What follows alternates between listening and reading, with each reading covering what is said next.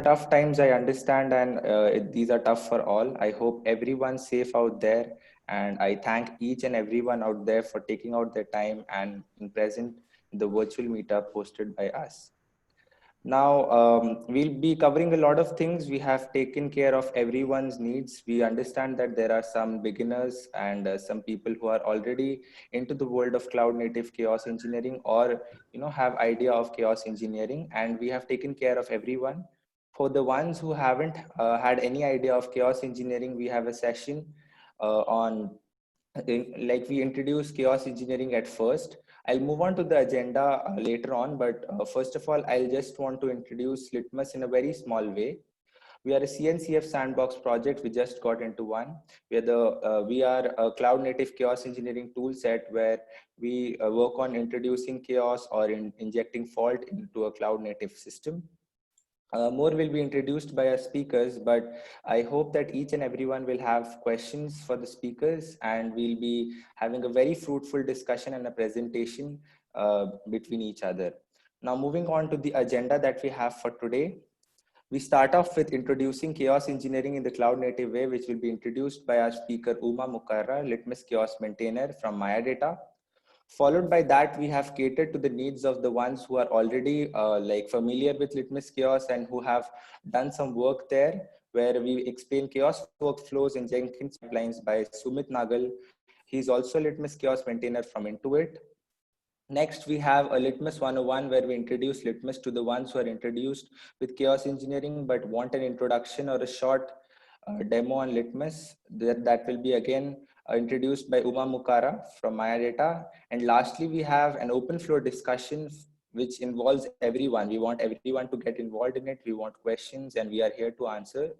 And that will be moderated by another LitmusChaos maintainer, Karthik Sachitnand. So we won't like to waste time, and we would like to begin with the introduction to chaos engineering the cloud native way by Mukkara.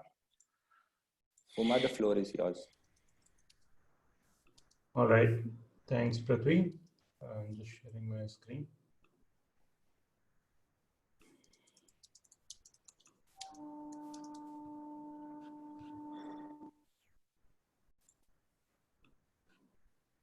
Are you there? Yes, I am. Can you hear this? Can you hear me? Yes, Uma, we can hear you. All right. Maybe you can put yourself on mute. All right, great. Again, thanks for a great audience. We just wanted, we didn't want this to be a kind of a webinar. That's the reason why we are hosting it on the regular Zoom session so that you can just interrupt whenever you want. And that's the idea of it.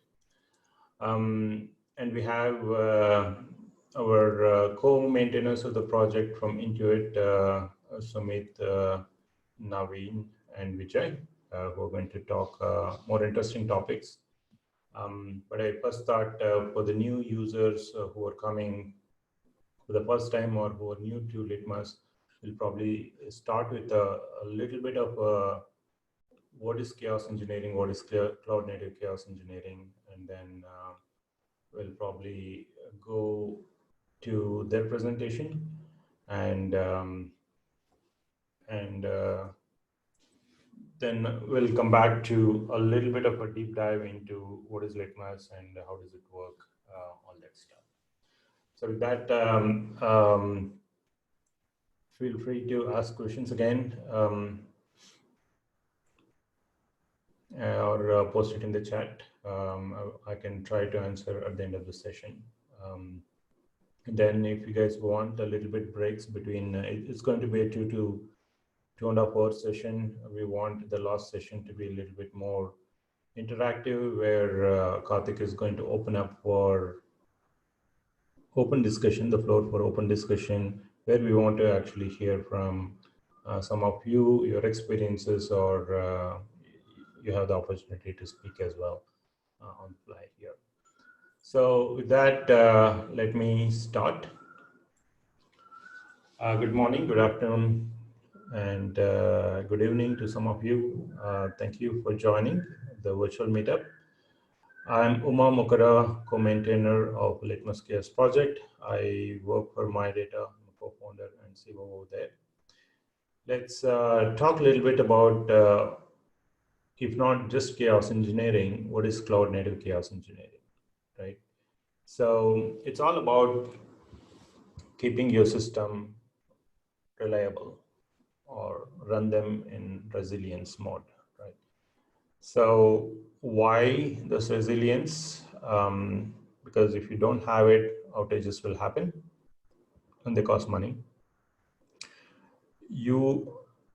This is happening a little bit more frequently. The more usage you get into, the bigger you are, you can still get into a little bit of a outage situation, which is not good for anyone, for the users or for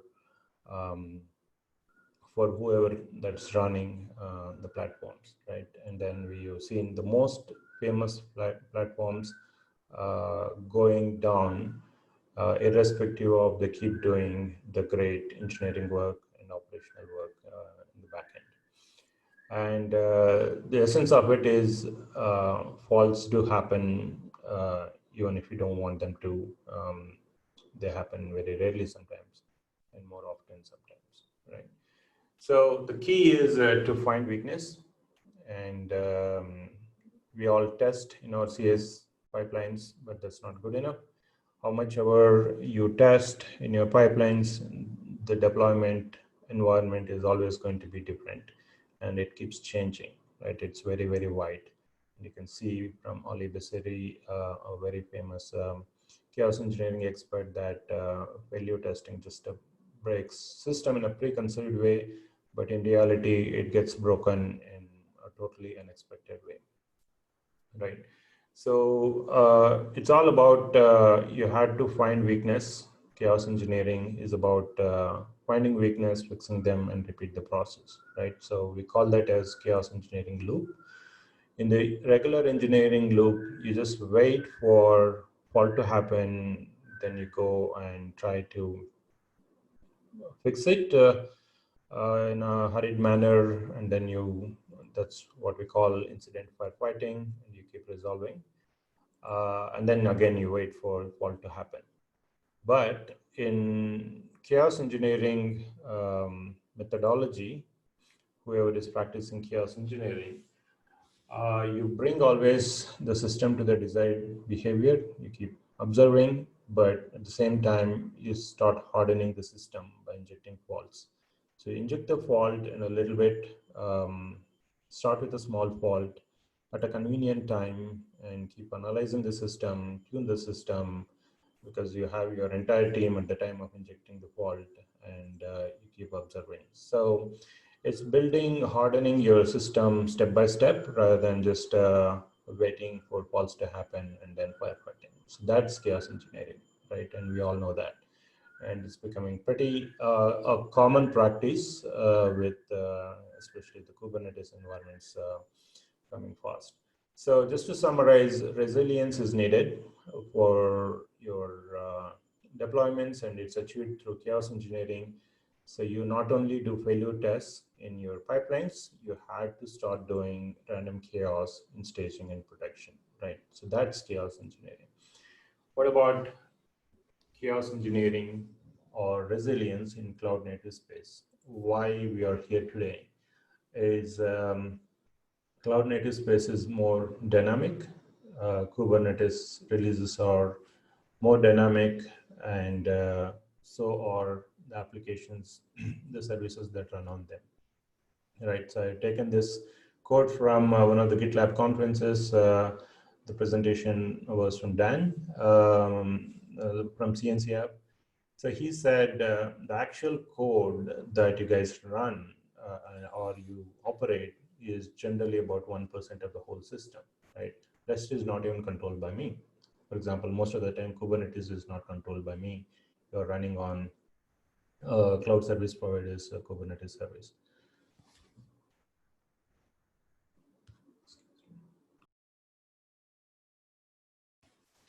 So how do you actually get resilience for your service when you're in such an environment is to do chaos engineering in a more methodical way.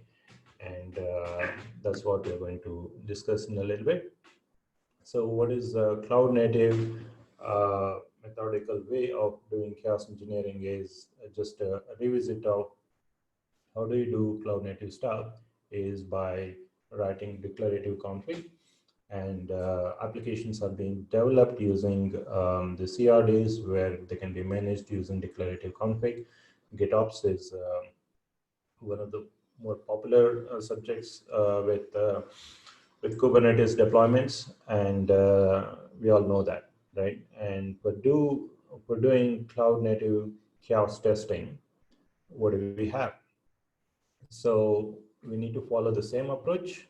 We take the chaos CRDs and try to manage chaos in a declarative manner or declaratively. So that's called cloud native chaos engineering, right?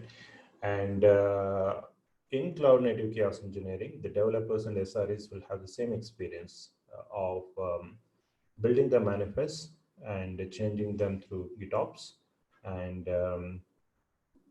and then making sure that they are in control of the operations, right? So in this example, a developer is able to create a pod, create a PV. If you want to create inject chaos into either the PV or the pod, you just write one more declarative manifest called Chaos Engine, and you can control it, right? So the experience of doing chaos engineering just continues the same way of either developing the application or running it, right? So that's really a cloud native way of doing chaos engineering.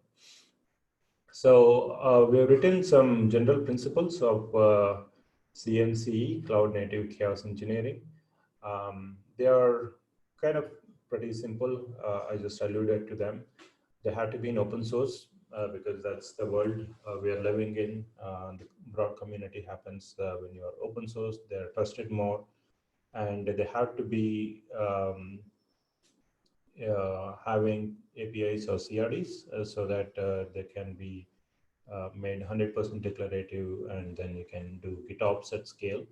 And you have to involve more community into chaos, because it's all about finding a failure path to inject chaos in various different applications. So one person, if somebody comes and says that I can inject chaos into any system that you want or any application you want on Kubernetes, that's a little bit far-fetched, right? So I'm not the owner of all applications, so neither I know all the applications, right? So you had to bring in the community, let the community write chaos and share with the rest of the community so that everybody can use and everybody has more number of chaos experiments. So that's another principle. And then you also have to make the chaos for users pluggable. So we call that as bring your own chaos. And if you have your own way of doing a chaos experiment, this you should allow that, right? And that makes it more flexible.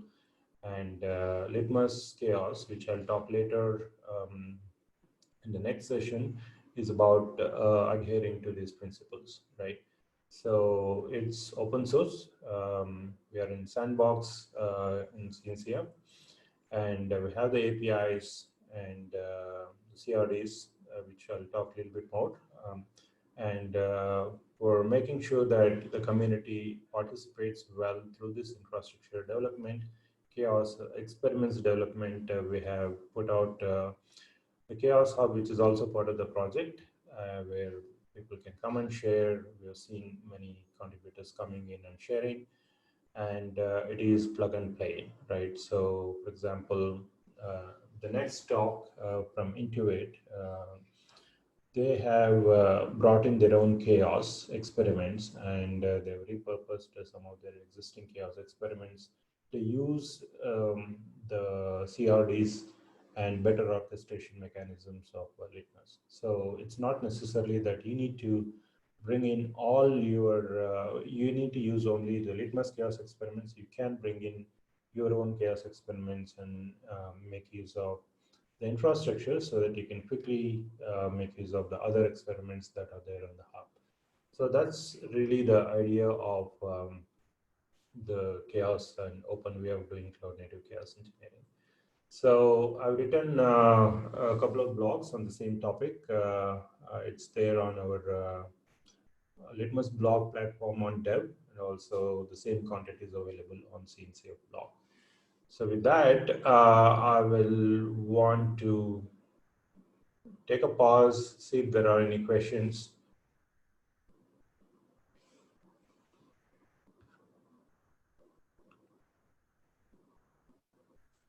Can you explain the pluggable chaos part? Sure. So pluggability is about, let us say that you can kill a resource using a known experiment, but you may have a specific way of doing this, the same experiment, or you may be doing some of your own customized resource killing, right? That's your business logic. And pluggability really means is that you take that code, containerize it, put it in a Docker image, Kubernetes it, and then just call that Docker image into one of the CRs, and then you don't need to do anything, right? So you got the ability to orchestrate it and ability to monitor it and make use of all your Litmus infrastructure. In fact, that's the next show or presentation from Sumit's team. It's about, they brought in their own chaos onto Litmus, and they're doing it in a very nice manner, and they have upstreamed their experiments as well. Hope that's clear. Yeah, thank you. All right, so I can take more questions in the later session as well. With that, I would like to hand over this session to Sumit's team. Sumit, it's all yours. Thanks, Uma. Really fortunate to be part of this community, and what we have learned in last couple of months and what we have contributed is already available in the Litmus project. Let me just start sharing a little bit brief and history about that, and then I have Vijay who will talk about that how we are doing the chaos experiment on AWS, and then Navin will talk about that how we can make further automation and make this whole execution of many of the chaos experiment via Argo workflow. So little bit brief about me and my team. We run reliability engineering, and what we do is that we take care of the performance infrastructure as well as the chaos engineering. So in a nutshell, we take care of the whole platform, and Intuit has a thousand of services and 100 of clusters, and we are building a next gen platform, and that platform we are the one who's actually certifying. Just to give one small idea about that how the platform will look like, this is our platform. So here, if you could see that there are so many things involved in that, and everything has to work. And everything has to work. That means that we need a picture perfect thing, which is really hard to get. And there are things which is hand holding, or there are things where you have some kind of interruption, and there we think the chaos is making sense.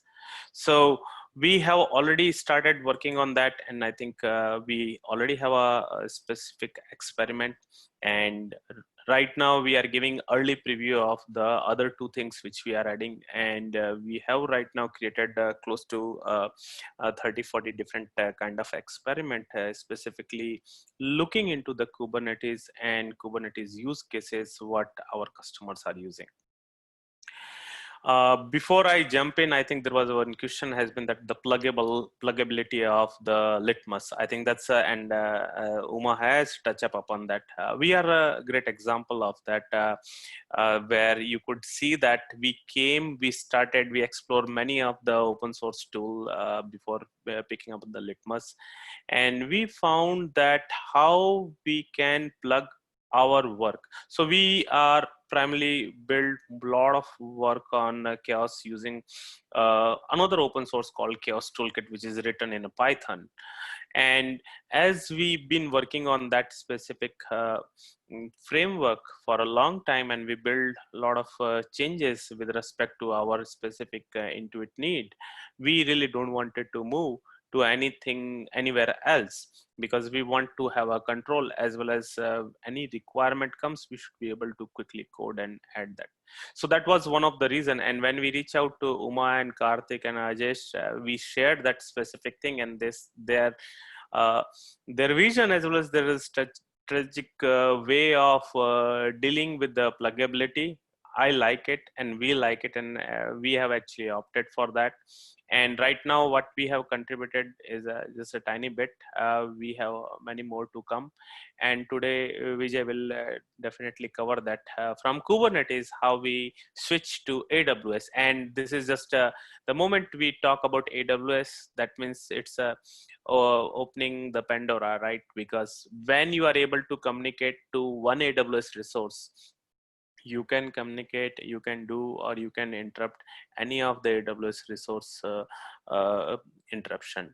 So having said that, I just wanted to start with the this specific AWS experiment. So Vijay, before I jump it, let me just share that where we are. So this is the place where we right now being there. And if you look for our repository, this is the place where we have actually contributed back to the Litmus, where right now we have added 2 experiments. One is specifically for pod, and other one is the system pod. And Navin will cover about that, how we can, just with these 2 experiments, how we can run tons of the other experiment. Our code base is also available, and this is the way how we orchestrate that. So our code base is here. This is our code base, which will be coming as a container. And we orchestrate through the Argo workflows, because Intuit is the owner of the Argo workflow. We contribute and we own the Argo workflow. So a lot of things what we do, we try to see that can we opt for GitOps model, which Uma actually covered that. So having said that, Vijay, it all yours. Please share our next set of contribution. Yeah, thank you, Sumit. Thank you, Uma. So let me start my screen share. 1 second. All right. So we started exploring Litmus a while back, like what Sumit was mentioning, and most of the use cases that we initially had were related to Kubernetes system pods. But very often we will have to encounter more of AWS use cases as we proceed forward with. That's when we started exploring how we can leverage Litmus for using AWS use cases. So as you can see, there are 2 things that we typically leverage out of Litmus, basically the Chaos experiment and the Chaos engine. This is the experiment.yaml, which we have defined, which is specifically for AWS. And in this, you can see that we are calling the container, which is referencing for Litmus Python. It's still in a PR. That's why you're still seeing as a Docker PR image. And the arguments that we typically look for is the namespace.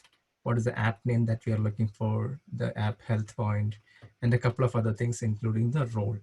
So basically, this is the role that we have defined in the AWS account for this particular AWS operation, which has got privileges for this easy to terminate, which is what we are trying to do demo right now. And coming back to the Chaos engine. Hey Vijay, can I just interrupt for a second? Sure. Yeah. So by default, Kubernetes can support any platform. As Intuit, right now we are using Kubernetes on AWS, and that's the reason our focus is more towards the AWS side. If someone has a the Google Cloud or Azure, they can leverage the same framework for that and they can build that. Go ahead, Vijay. Sure, thanks, Amit. So coming back to the engine part, this is where we made slight changes with respect to the Chaos Runner, which we contributed back to Litmus. So we had, in fact, I think everyone will be having the restriction that the pods which we are coming up with, unless and until they are annotated with the AWS IAM role, they won't be able to have an access towards the EC2 resource. So we had a couple of PR changes thanks to Karthik for having a thorough review on that. And he really helped us in getting this code merged. And with that, what we were able to bring up was we were able to bring up the Chaos Runner pods with the IAM role annotation. That would mean that if we had got a proper pairing between this role and the EC2 role, which are defined in the experiment, which I've used in the engine also, we'll be able to perform the EC2 actions which are related to AWS. Let me, without having much delay, let me go to the experiment straight away. So as you can see, this is one of our perf environments. We have got 3 pods running, including one Opera pod. Let me apply the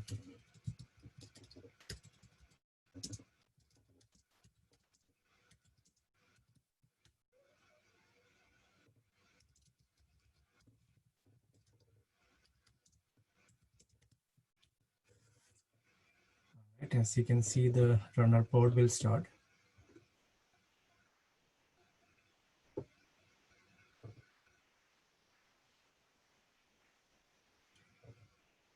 Okay. And on the right hand side, these are the nodes that are available for this namespace, which we are testing right now.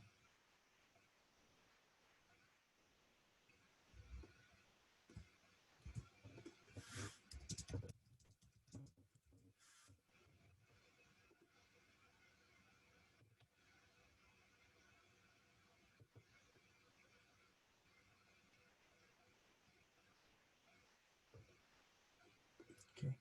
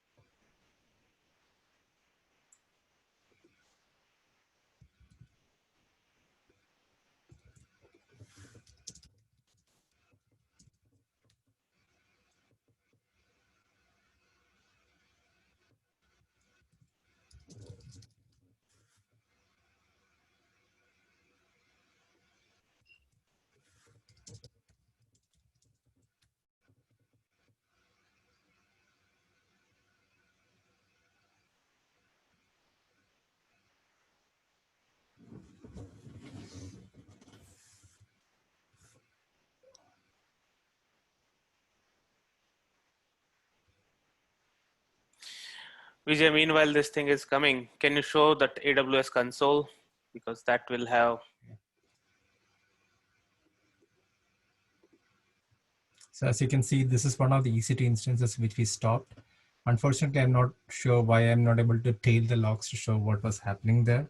In the logs, you can clearly see that we have terminated the.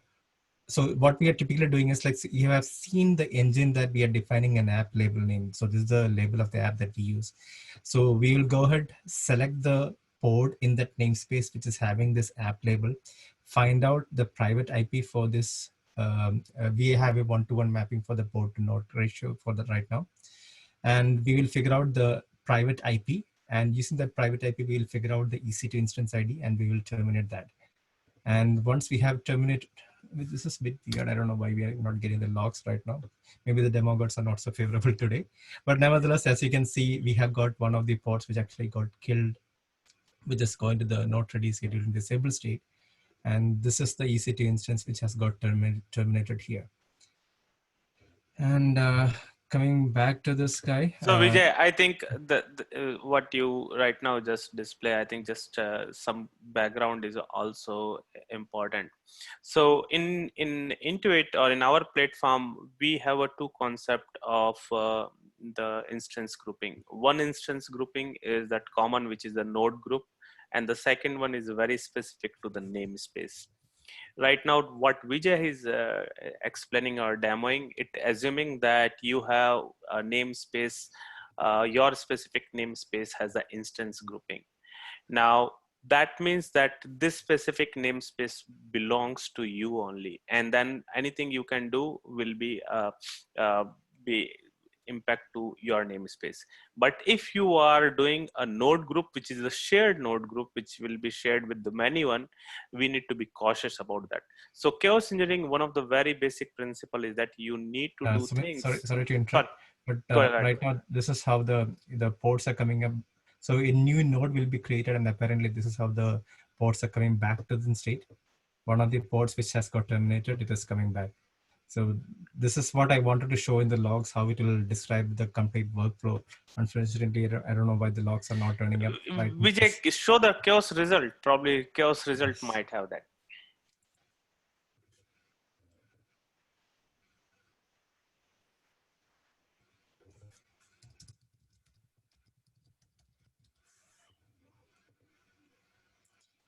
All right.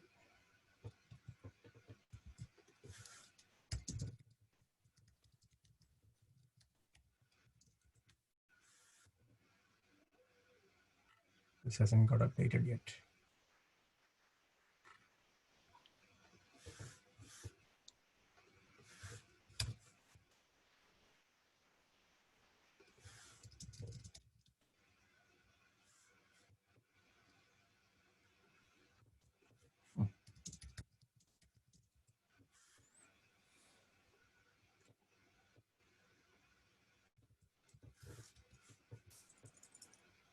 All right, finally it came for God knows what reason. Anyways, right now we have got the test that is completed, and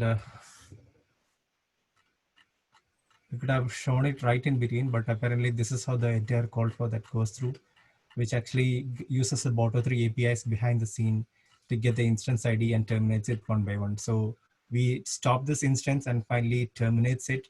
And finally, we have got some wrappers which are written on our chaos toolkit, which makes sure that the test case has passed. Once the test case is passed, we update the results to a Kubernetes, sorry, a Kafka endpoint for the final result. And let me see this. All right, so finally, since the test has completed, the chaos result will be updated back to completed and success. And if you look at the EC2 instance for this guy, it should be showing up as terminated here, yes. So yes, that actually concludes my demo. So this is how we are leveraging Litmus, Chaos Toolkit, and the wrappers that we have written in the Litmus Python repository, which Sumit showed. With these three, we are able to use LitmusChaos, Chaos Toolkit, and Boto3 APIs to terminate EC2 instances. And as we speak, we are expanding it for more AWS operations, right, like ALB and all.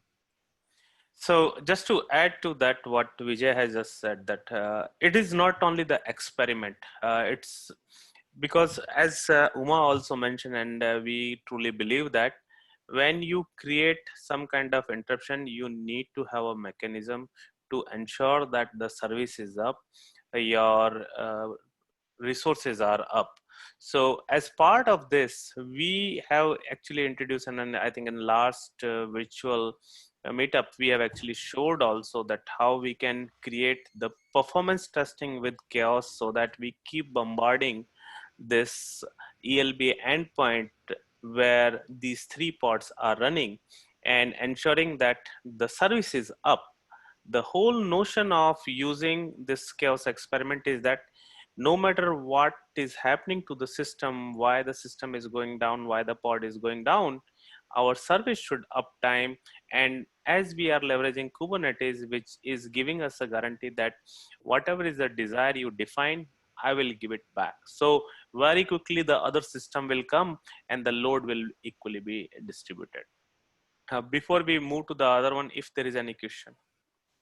Hi Sumit, this is Avinash. I Sure. have a question regarding to the just demo which I have seen. So first question is how we were able to communicate. I'm sorry if I missed that part. Like do we need to have like you should be inside the AWS environment or you're connecting that environment from outside?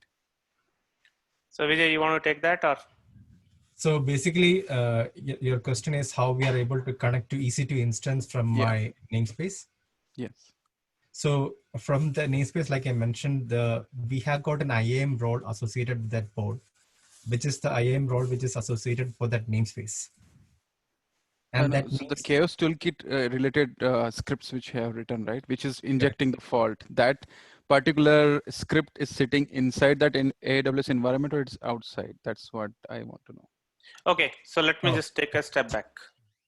So right now we are hosting this Kubernetes cluster on AWS resources. So right now what Vijay just showed, the 4 instances on the console that clearly tell these are few workers and they are coming from AWS. Now we are using Kubernetes, which is creating a cluster, which is using creating a namespace, and then we are interacting in that namespace. So when Vijay is right now executing these 4 shell, one shell is telling that these many nodes available, the other shell telling that in how many pods available in that specific namespace, and the other place where he actually executed, he connected through kubeconfig access and executed the command. But I think Vijay can show the access part, and that is what which is crucial, which we have defined in our custom resources. Vijay? So this IAM account is what I was talking about. This is IAM account associated with the namespace, and you have rightly mentioned this is in the same AWS account.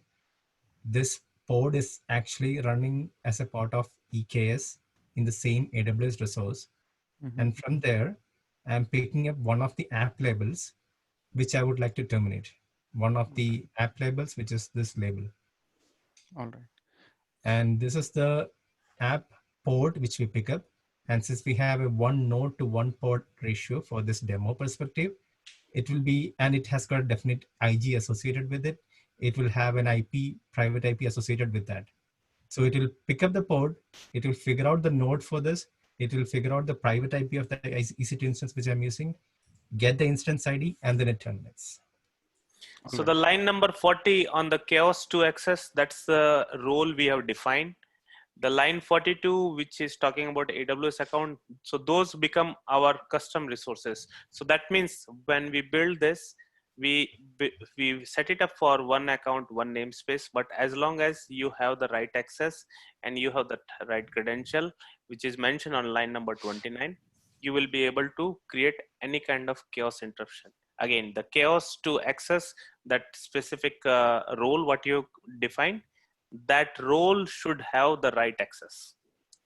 All right. And the yeah, I got it. I got the answer. So one more following question on that. So what I understand is we have that false is related to AWS instances. So do we have support like you want to terminate one of the pod randomly of one particular service or something like that? Definitely. Yeah. Sorry, yeah. So you can stay tuned for the next demo, All or right. you could probably look for the last virtual meeting where we actually demoed that part, that how you can randomly pick any Kubernetes pod to delete. And as I mentioned that this repository, we already have that the resources, as well as we are active in the Slack channel. You can ping. There are step-by-step approach how you can use that. What you need is that, I think, Vijay, can I share? Can I take that? Yeah.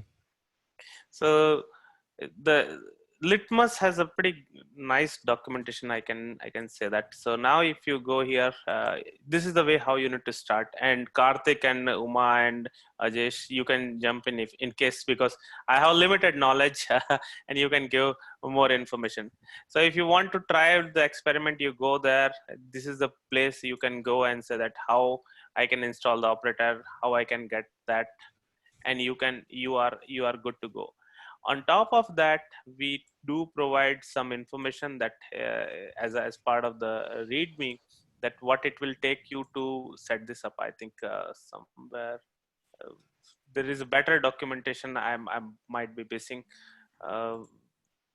Karthik, I think, yeah, here if you could see that how step-by-step approach you can do that. Thanks, Sumit. Yeah. Thanks, Sumit. Hi, Vijay. Docs, I'll share the link on the chat. I think you can probably take a look as well, Avinash. Yeah. Yeah. Yeah. Hi, Sure. Vijay. This is Vishal. I have a question. Sure.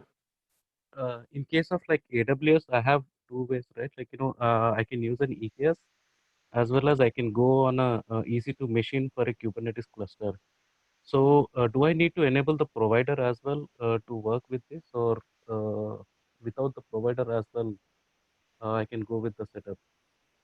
So let me repeat what you are asking. So you are asking that when you wanted to do some kind of chaos interruption on AWS, do you need to provide any specific AWS provider information? Is that your Uh, question? okay, let me put it. So I have an option of setting up the provider as AWS while setting up the Kubernetes cluster. So to run this chaos, do I need a provider or only the role will be sufficient? Right now, we, and Vijay, you can chime in. Right now, how we assume or how we have set up in our infrastructure is exactly, you have got the AWS resources, and those AWS resources, we set up the Kubernetes. So we assume that we are on AWS. Now, to run that, we need only the role, which is the assume role, what we get as a chaos to access. Is that So, answer your question? maybe just to explain a bit more, this is more catered towards AWS specific operations. And the only thing that would be required to run these cases would be to have a role defined in your AWS account, which has got the privileges. And we should be able to add the trust relationship of the pod's IAM role to that guy. Once these two are done, you should be able to run this experiment. Sure. Thanks. Oh, good. Yeah, just to expand upon that, Vishal, so there will be experiments added, just like Sumit's contribution on AWS. There will be experiments added which will cater to the other platforms. And you can take one generic experiment. Let's say you want a node kill, then you can actually specify what platform it is, and then you can, base on the basis of certain tunables, you can select the right experiment. And that is something that will probably come up in subsequent releases. Right now, like Vijay and Sumit have mentioned, it is specific to AWS, these experiments. You could always get to these by adding more platforms. Yep, and we are open for contribution. Like this is open source, which I think Uma mentioned is one of the core principle. We work on AWS. You probably work on Google or Azure. The framework what we have built, the setup what we have built, keeping in mind that everyone can come and contribute. So today, if you want to contribute for some other platform which is not been supported here, please come create a pull request on our repo and add that extension. And once you add that extension, so here if you could see that right now in our container file, this is the platform what we use. We have right now added a bunch of extension, and specifically that one is for Kubernetes. If you could see that only the Kubernetes one, we have added that. Now, if you wanted to add something more, please add that. Sumit, one more point. I'm Yeah. not sure whether it's the right time or platform to talk about that, but like I can understand that you guys are, it's in ongoing process, and you are contributing towards the open source community for chaos related faults and all. So I work in VMware, and we have created a tool named Mangle, and it's an open source tool which has been like almost third release is going on. And I can see that a lot of features which you are looking for are already available in that, and it's API based calls. Mm-hmm. I mean, just wanted to highlight here. So Sure. even if after that we can sync up and get Definitely. use Yep. of the existing thing if you don't want to turn the wheel on again? So this is a pretty interesting thing, and I think probably sometime I will share that chaos journey. We initially started with the same concept how you are talking. We created a service-based setup for chaos engineering, and we started later. We have created a pretty nice UI also. So we created everything as a product. But the challenge comes when we enter in the Kubernetes, because we wanted to do a lot of native stuff. And I think two of the use cases what we have is that cluster admin use case and service owner use case. Now within the cluster, how I can go and execute that, and if I'm a admin, how I will go and execute that. Again, there are so many. That's the reason I think even if you look for the Litmus, they have I think 4 or 5 different ways for executing killing pod. Now someone can write in Go, someone can write in Python, someone can write in Ansible, someone can write in Terraform. They can write in any way, but again, it based on the compliance. But I will love to talk and understand how this mangle works, and Sure. if there is something which we can leverage, we'll definitely leverage that. Sure. Thank you, Sumit. We can think of Sure. it. Thanks, So with that, I think I will just take a little turn and talk about that. We have created the Kubernetes scenarios, and we have so many Kubernetes scenarios available. We have now AWS scenarios, but one of the biggest challenge will lie that like how you can stitch everything, right? How you can get one by one everything execution, and then create a pipeline and create in a manner so that it can run as part of your CI/CD or GitOps. So with that, what we started working, and that was the idea from the day one, and we contributed back as a Argo workflow, I think a month back. So this Argo workflow, if you look into that, has the concept. If you create one custom resource, you can use that custom resource, and as those custom resources are applicable to a specific generic function, I'm just giving an example of a pod kill. Pod kill will be application pod kill, system pod kill, add-on pod kill, or any other resource or any other add-on which you have added as part of your setup. So we have created this Argo workflow, and in that Argo workflow, we started using these custom resources. So there are a lot more details available in that. But today we are trying to show another demo where we will create a pipeline of these many or many of the these experiment, and we create in such a generic or more easy to use manner in a proper JSON kind of format, where once you have one basic setup ready, you can just keep increasing with adding a more JSON object. So with having said that, let me first show what is a custom resource, because I think someone has actually asked about that.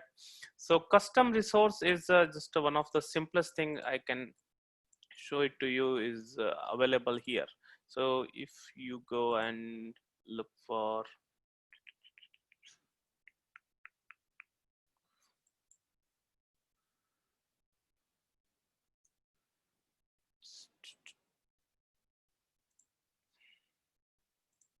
it's already there in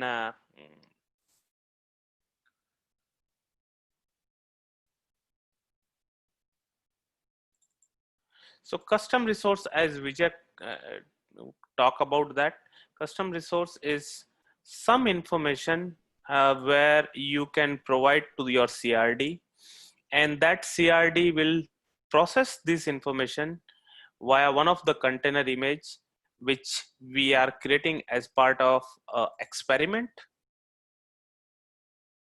This is the container image we push as part of the container, and these parameters will be used and consumed. So if you are using Kubernetes, you will figure it out that most of the time you have 3 things which is common. One is a namespace, then you will have a label, and then based on your need, how you wanted to interact and kill that pod. So this is the one simple thing what we have. Now Navin will show you how just with basic one simple custom resource, we can create a pipeline where we can not only kill one pod, we can create various pod in various namespaces thanks to the new feature added in, I think, 13 or 14 of Litmus, where they have a specific a privilege given a specific namespace to interact in the another target namespace. So having said that, Navin, can you please share and take control? Sure. Thank you, Sumit. Thank you all.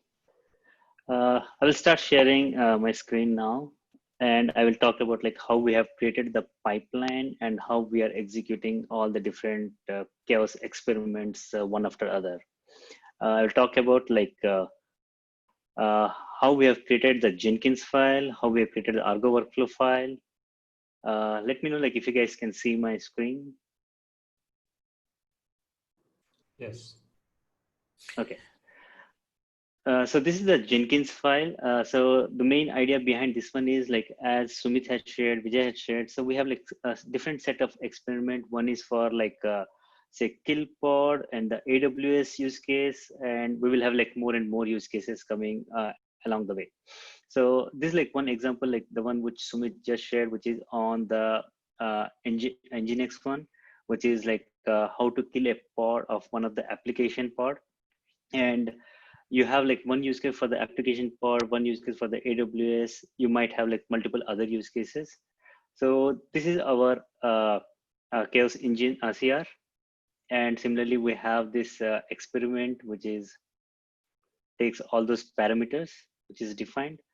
So now the way we have defined all of these part of the Argo workflow file.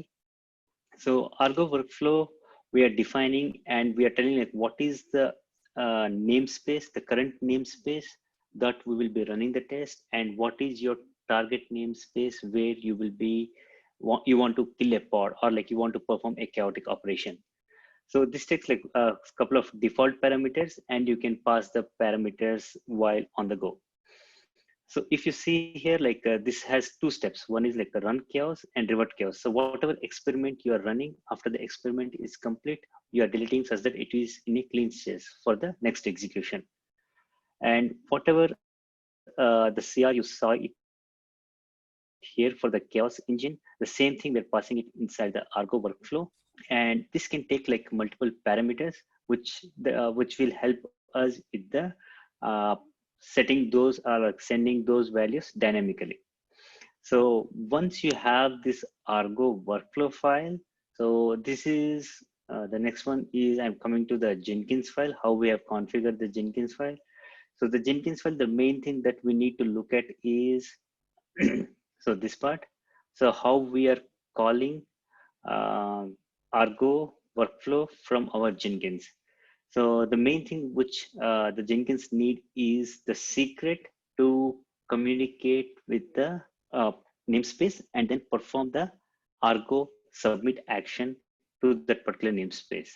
So this is the command like which has that, which will do the chaos operation. So every so stage Navin, will have just to share that this all thing what right now Navin is sharing is already available in that GitHub project, which Argo workflow.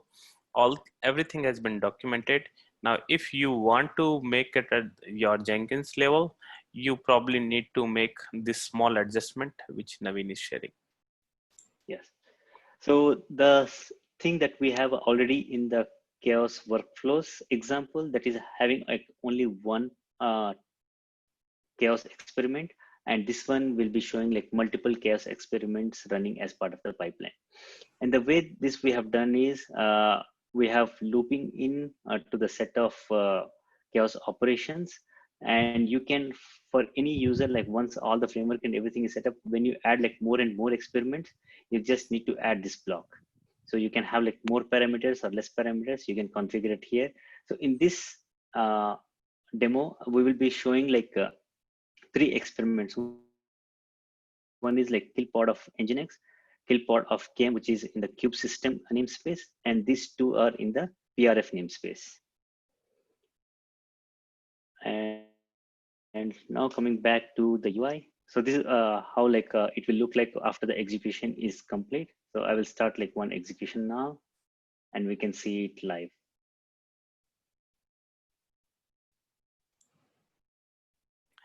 This Jenkins is also open source, and the Jenkins file, what we have checked in is the declarative way. You can write a scripted way also, but if you write a declarative way, you can write a function and you can reuse that.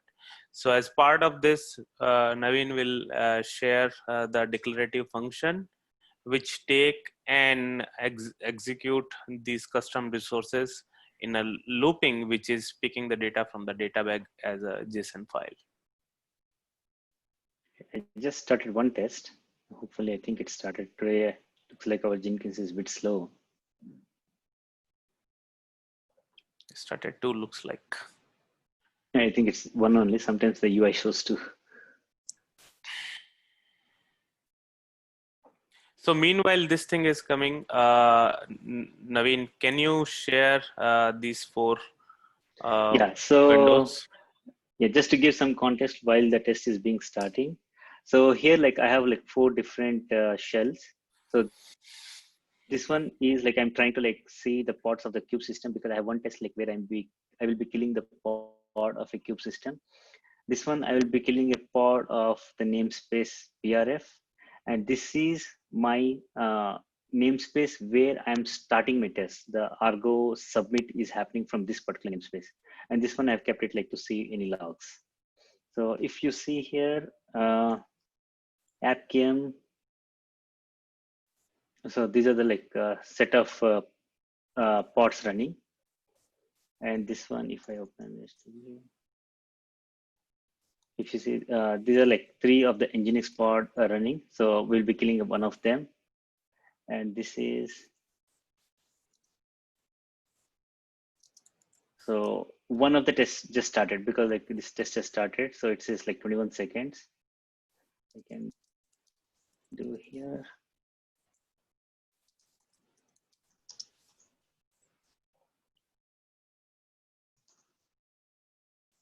So it will kill like one of the pod here. Okay, so it's already killed one. You see 27 seconds. It killed and started. So Navin, can you just run kget pod on this one, which is the target environment what we have? Okay. That's okay. So this is the target environment. Yeah. And this is our logs. So here, if you see that, I think one of the things which we have introduced is that we have our own reporting system. So we wanted to push all this data in a JSON format to our data lake. So we have created another integration, and as part of, so I think someone has asked that like we could leverage that. So now that kind of flexibility, if I need to do, I need to make the changes on the core, but if I own the code, it's very easy for me to make that. And then what we made is we made it generic enough so that if any JSON and any endpoint defined, you will be able to push it. So in this scenario, you could say that we push it to the Kafka bus.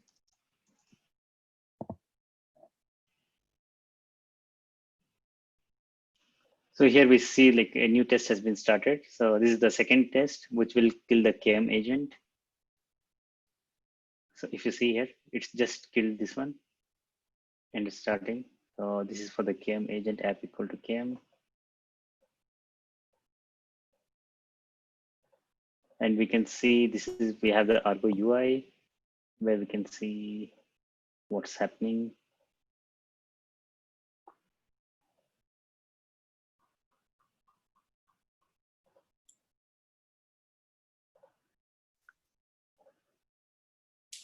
And it's reverting the chaos.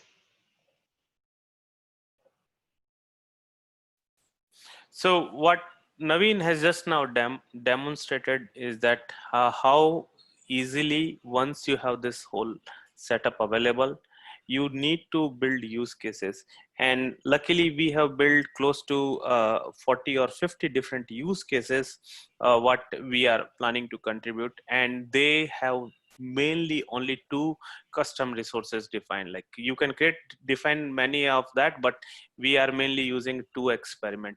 So with the 2 experiment, we have more than 30 or 40 different kind of use cases, and those use cases are use cases which teams are using, which platform need that. And I think that's pretty much applicable to most of the Kubernetes platform.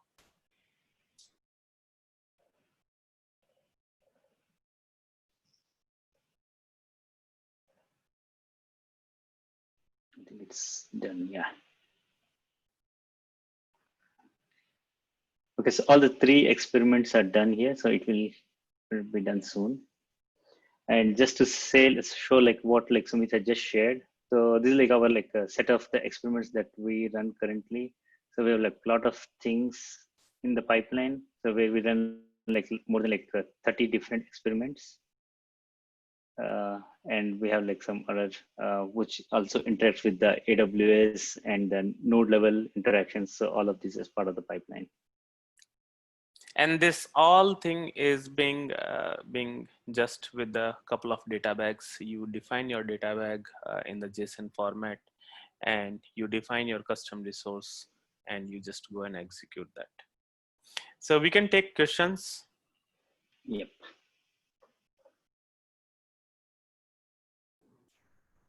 Hey, Navin, can you show that Jenkins pipeline pictorial representation? That is pretty good. You're able to run the pipeline in, yes, this one. Yes. Yeah, this is the ours. So yeah. So this Uma, is like one pipeline. This is interesting. Actually, I had a very good discussion with Karthik. Right now, what we have seen, and this is my personal experience also, that when we talk about chaos, we talk only about chaos. But actual chaos usually happen when the system is under load. So here, if you right now what Navin is showing, what we do is that when we are doing chaos experiment on the platform, on service, on namespace, we keep running the test.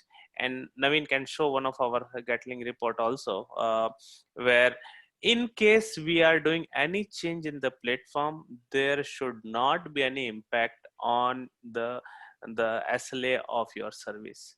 There should not be any impact on the response time. There should not be impact on your throughput or TPS. So those all things we are very, very focused and doing that. We have created on one of the framework or infra framework which we have actually open source, which is as part of the Argo workflow, which any team can use and leverage and can run their performance test, and that performance test can merge with this chaos as one single pipeline. Awesome. Yeah, I think it's ability to introduce chaos is one thing, and being able to monitor it under load and see exactly what's happening.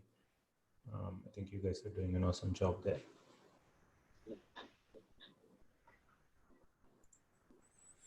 Thanks, Navin. If no other question, yeah, I will hand it back to Uma.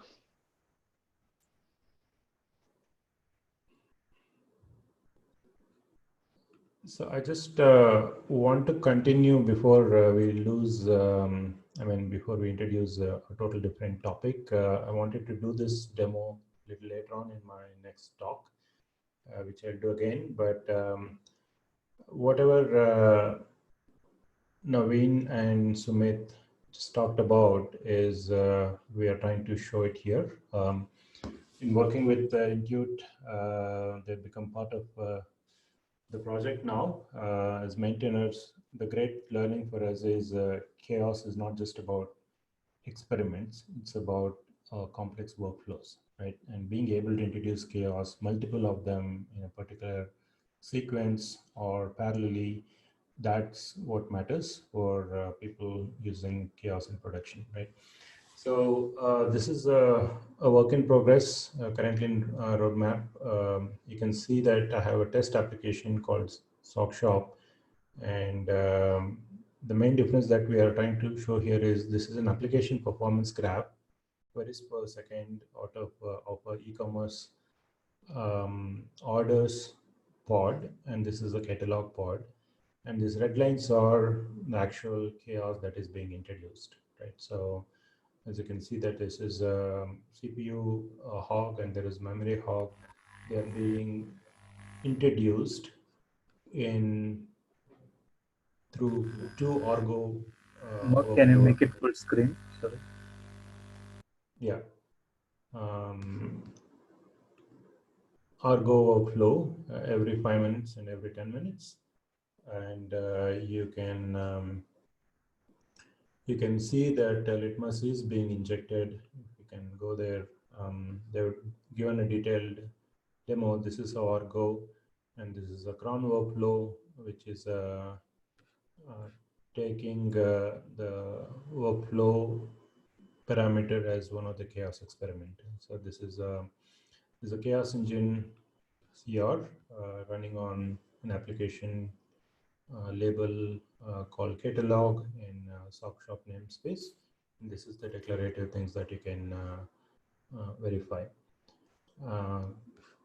So similarly, there is one more. This is for CPU, and then this is for memory. As you can see that this is every 5th minute and every 10th minute. And you can see the chaos being injected every 5th, 10th. And every time there is a chaos on this pod, there is latency affected. For example, CPU hog introduced on catalog is really affecting the performance on orders as well, right? And these are the latencies. So it's about a combination of all things together, doing declaratively cloud native way, put together will give you a very scalable chaos engineering framework. And thanks to Argo, it's a well-defined framework, and Litmus is now trying to put together a good package of experiments, hub, workflows, and monitoring experience as well, which I will talk in a bit in detail probably in a minute. But I just wanted to shout out that great work that Sumit's team has done, and the experiences that they're showing is really helping the community to even with the product roadmap of Litmus itself. So thank you for that. All right. Any further questions to Sumit, Navin, and Vijay? If you guys want, we can take even a little bit of a break for a few minutes, or we can continue. Hey, thank you, everyone. It's pretty late. I don't know, we continue that, but it's really good to be part of this community, and we do our bits to make this community successful. Sure. Thank you so much, Navin, Vijay, and Sumit. See you guys in a bit. And what do others think? Should we just take a few minutes break, or should we continue?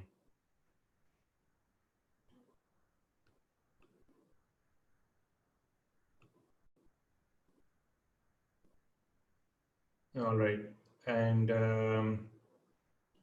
let's start. I'm probably going to take about the next two topics or get more details about Litmus. They've done an actual demo of Litmus, so I will not go into constructing a CR and showing how it works. You had a large platform chaos experiment being demoed. So I will probably concentrate on why, how, what's up Litmus, and probably a little bit of a roadmap. That serves you as an introduction. And then we have an open flow session where, as a community, we want to listen and get inspired by the chaos engineering practitioners, enthusiasts out there. So that's after my next 30 minutes talk. So let's start this one.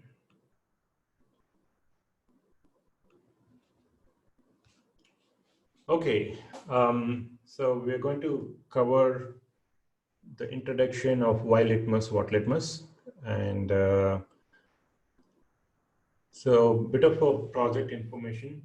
Litmus is now a cloud native computing foundation sandbox project. We're very happy to be there, building the Chaos community much faster in an open governing model. And these are some of the ways in which you can get access to or work with us. It's all code is in this one organization. The main repo is Litmus. And we are inside Kubernetes Slack community called Litmus channel. But you can also come through this URL. Then the docs are available at this. And our docs are one of the maintainers for docs and also a few other experiments. And infrastructure is Jayesh on this call. He is now with Amazon on Cloud Solutions team, so that's awesome. And follow us on Twitter, and then we have started this blog recently on Dev so that more people can write in an open way instead of writing on our company website, MayaData blog. So please do write there, right? So the mission statement is really help Kubernetes SREs and developers to bring out weaknesses and do so while introducing chaos and observing it in a cloud native way, right? And we continue to be the prime sponsors right now. We have strategic interest in making sure that Kubernetes SREs and developers get the weaknesses out there. And we're joined with other contributors from Intuit, Amazon, Ring Central, Container Solutions from Europe, and many more. Right? And one of the main things that we want to highlight is our hub itself. It started with a few experiments, but now it's got around 32 experiments. We'd love to see more and more contributions coming there, which are application specific or other. Right? And we have progressed very well in the last 6 months, and the usage of Litmus is spread reasonably across the world. We see a lot in Europe and US, and recently a lot from Japan as well. I think there are some teams that do cloud operations on Azure. They're using Litmus as far as we can see. And this is how we are growing. Total number of Litmus installations are about 13,000. We started measuring the column metrics from January. Maybe there was more before, but it's about 50 to 60 experiments sometimes, the operators on a daily basis. So that's great. There is good enough usage of Litmus, and that actually shows the feedback that's coming is from a bit of real world usage. So that's great. Coming on to why resilience, right? So what's the big deal about resilience in cloud native space? So Kubernetes crossed chasm, and its adoption cycle is almost everyone is trying to get into Kubernetes or put Kubernetes into their development cycle, right? So applications are being moved there. So it is definitely, that's not a question anymore that is Kubernetes going to be adopted by many IT organizations. So how to keep it at desired level, right? And then keep it more is to have enough tools to see whether the applications and the platform itself is resilient enough. Then the adoption, the choices made to adopt Kubernetes and operate in Kubernetes environment makes sense, right? So the requirement is ability to check the resilience and keeping it desired level. And so what is resilience, right? Resilience is chaos engineering and resilience are two different things. One causes the other or the opposite of the other, right? So resilience is the system's ability to bring back to normalcy, itself back to normalcy when a problem happens, right? So that's resilience. And examples of resilience or weakness is the following, right? You can always expect a pod to be evicted by your Kubernetes for many, many reasons, whether it is back scheduled or not, right? There is some issue, it could be. So if it is resilient, it comes back within the expected time, and then things will keep running. The service is not affected. And the nodes can go into not ready state for various reasons, however stable they are. And again, when it goes to not ready, there may be hundreds of pods, tens of pods on that node. What happens to them and what happens to the services that are running on top of them, right?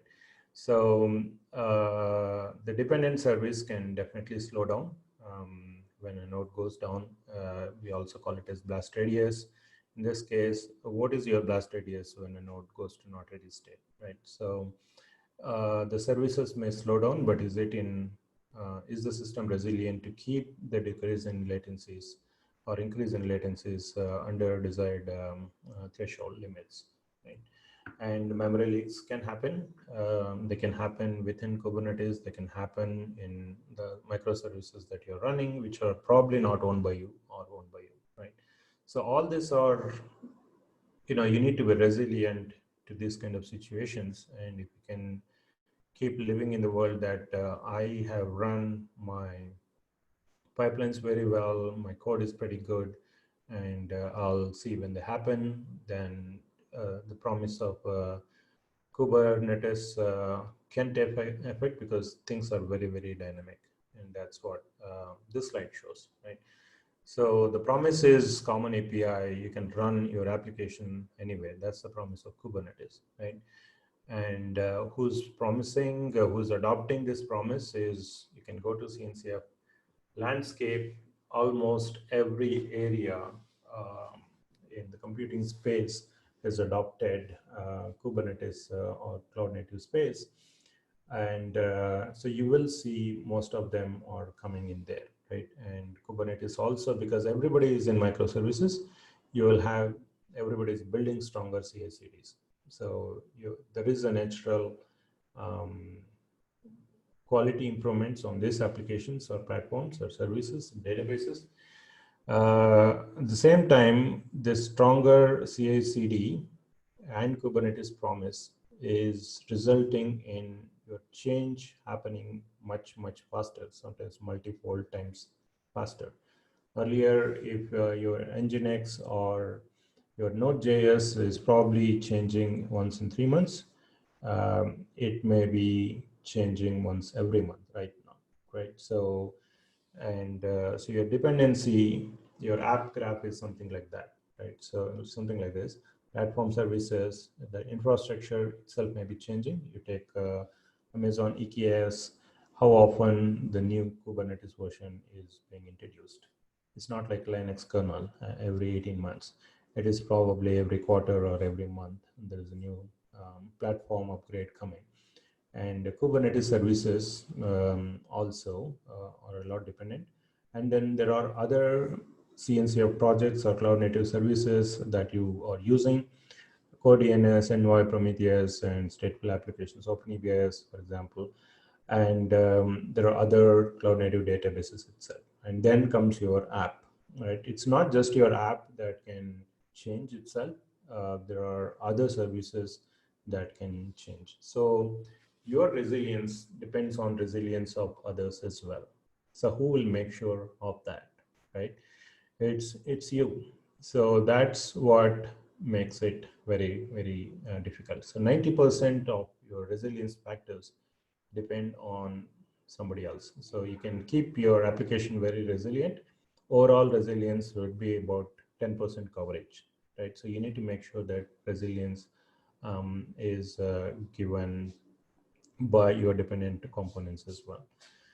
So what it means is you need to continuously validate all these things, right? And that's where this Argo workflows, complex chaos workflows will come into the picture to help you orchestrate or plan in a GitOps way when there is a change to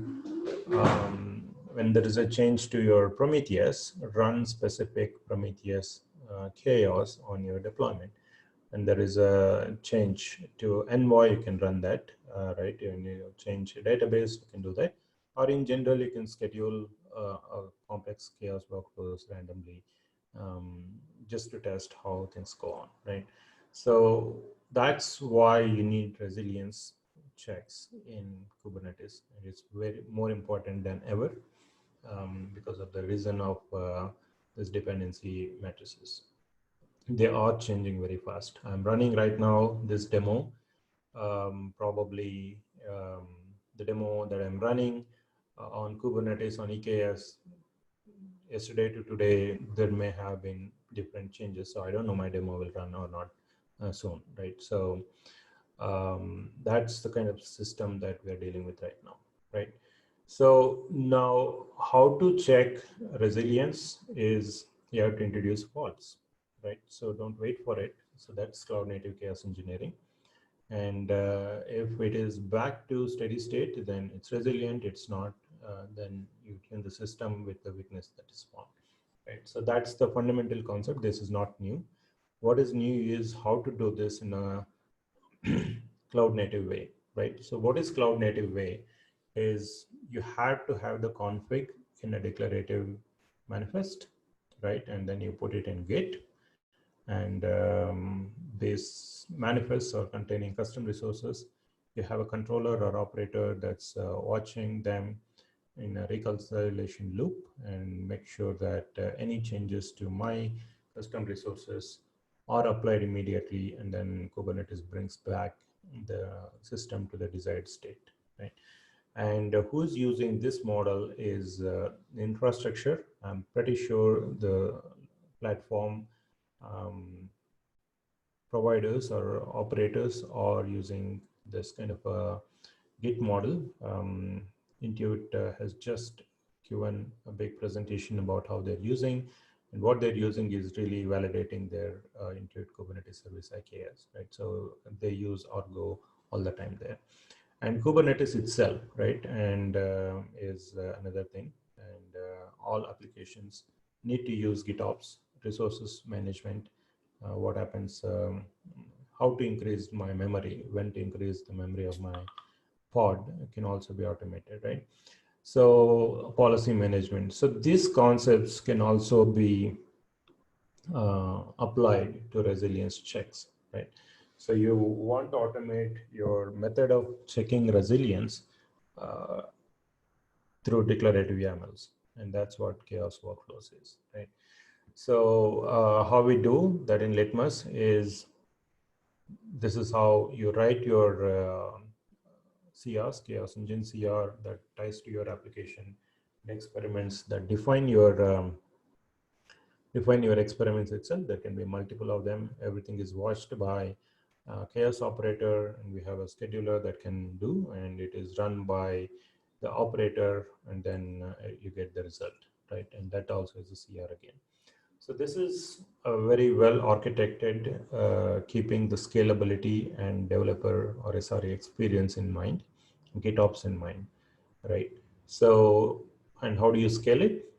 Use workflows, complex workflows. So you write your application and you write your experiment, put that into an experiment YAML file, and put that, do many such experiments and put that into our workflow, right?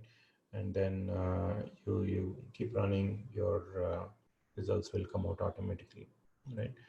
And this is one workflow, right? So first workflow is you have to parallelly kill a pod one in first namespace, and then cause a CPU hog in some other pod in some other namespace, do them in parallel, wait for it, and then try to do that on node 2, and then try to do the node drain, right? So depending on where you suspect things can go wrong, you can define your chaos workflow and then orchestrate it and then automate it as well, right? So that's why this Argo integration has become very crucial. And also that's how we think you will easily scale on a system and automate it easily, right? So this is how it looks. Instead of just doing one Litmus experiment, now you are managing this big YAML, which will contain this subset of things, right? And this is how it looks earlier to now, right? So that's how you can achieve the resilience and then put them at scale. And to summarize, Litmus is it's a complete framework. It has got experiments of its own. You can bring in your own experiments. You can write your own experiments, right? But the mission statement is it's a framework to deliver a framework that finds weaknesses. And not only just the Kubernetes platform, but also the applications that run on Kubernetes, right? And Litmus is used by developers and SREs in a cloud native way.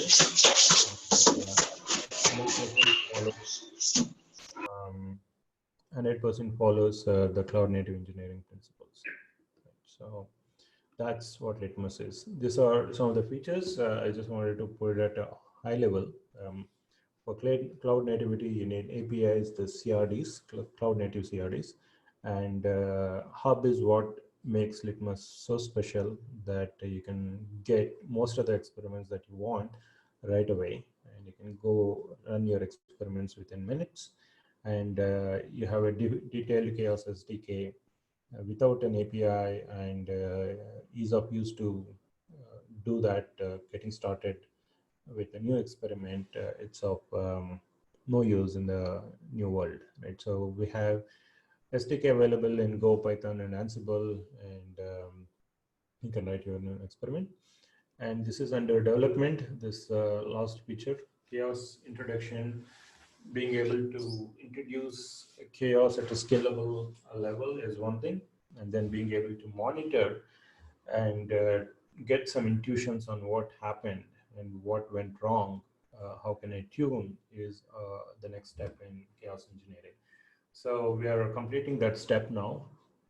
Portal gives an easy way to deal with complex chaos workflows. It comes with the predefined workflows, which I'll talk in a bit. Right, so API, we talked about it. In Chaos Hub, we have about 32 experiments right now, and more is going to come. And feel free to look at this SDK documents.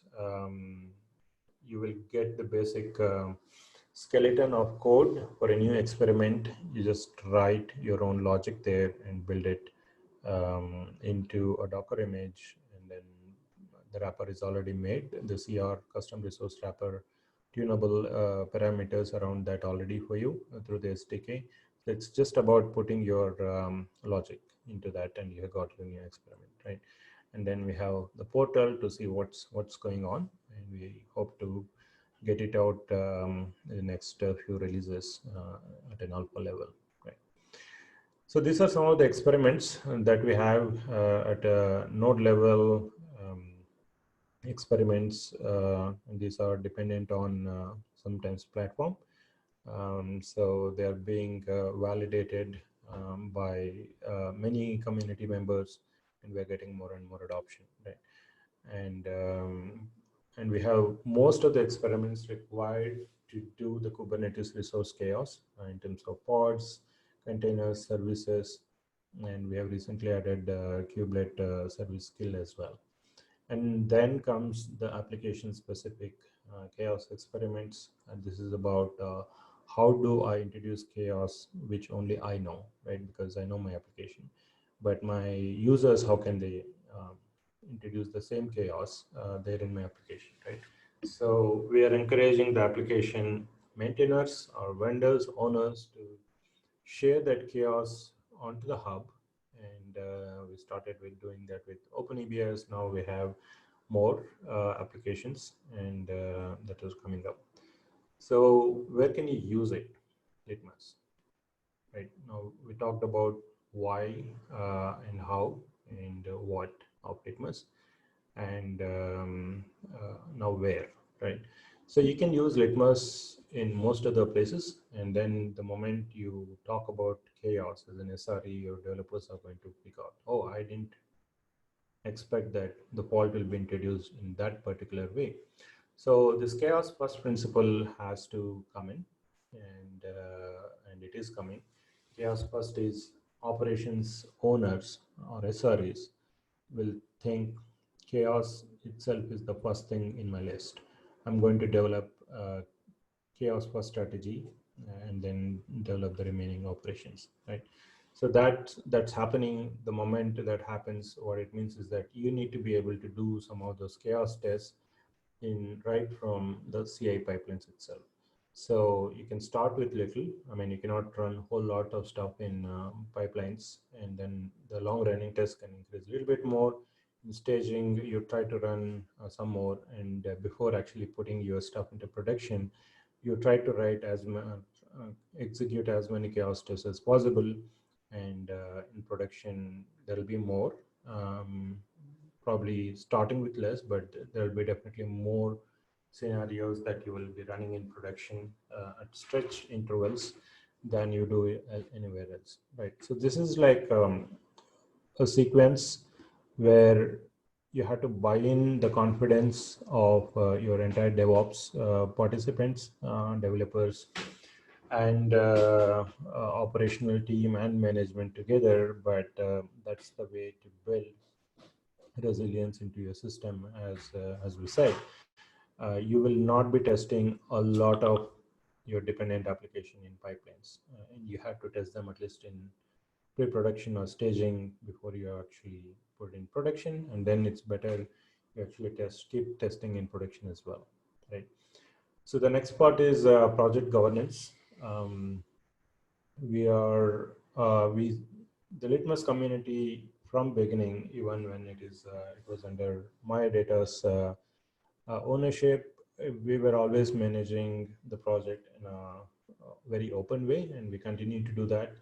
And the roadmap is available publicly, and we have a monthly community call every third Wednesday in the evening India time, or morning US time, afternoon Europe, to bring in various voices to prioritize the features for the next release, and also to provide what's going on. So we try to get this roadmap discussions very, very open. And as you can see, the last 3 to 4 months, whatever the features that we built are really groomed openly in this roadmap meetings, right?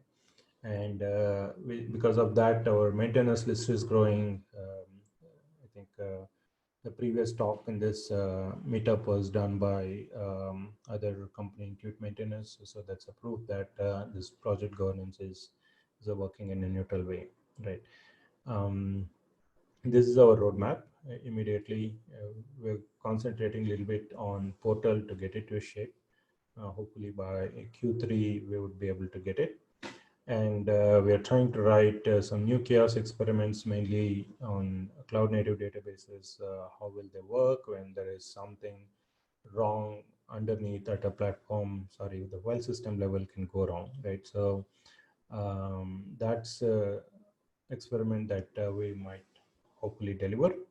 And we're also trying to introduce Redis and MongoDB specific chaos. And if there are people here or later on whoever wants to start doing some new experiments, the community is very open to help them get started, and then help them achieve the new goals of the new chaos experiments. And as the community grows, we are trying to encourage more people to take ownership in specific areas. Everybody cannot be doing everything, right? So we have formed the special interest groups. That's how we're going to govern this project. So we have at least started with the documentation, deployment, use cases, SIG, and observability. So we have deployment SIG being owned by some maintainers. Documentation is also being already owned by. So we are inviting more and more contributors to come and own some of the enhancements or the existing code in these areas that is of your interest. And if you're willing to create a new area, we are very much open to do that. Right? And the long-term roadmap is about, the infrastructure is already stable, but long-term roadmap is about getting more chaos experiments onto the hub and being able to create more and more applicable chaos workflows. So these are some of the applications that are in line. We need maintainers or users of these applications to contribute the chaos experiments so that it becomes pretty easy to do chaos engineering on your Kubernetes environment, no matter what you're using, right? So you have a chaos experiment already with you. So this is the demo part. I'll just quickly show. It should not take more than 1 or 2 minutes because most of the detailed demos were done in the previous session. I'll just show a little bit of a very, very, very early preview of Litmus portal, how it's coming, and the workflows, and then we'll see what's happening. So with that, let me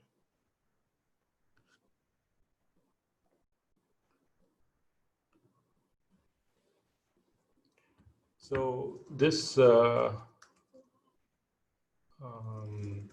Kubernetes is on Amazon EKS. I have a couple of nodes. It is auto scalable for many nodes, depending on the performance test that we run. So it's a pretty simple system where I have Litmus, and we have an application that's running, the famous microservices demo application, the e-commerce sock shop application, which has got both the front end as well as some stateful data in the back end. And let me show that.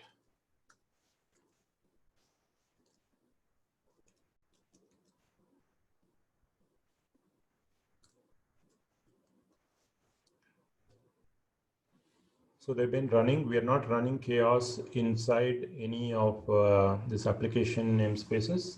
You can do that. Mostly that's how you do it. But in this demo, we are running Litmus in admin mode.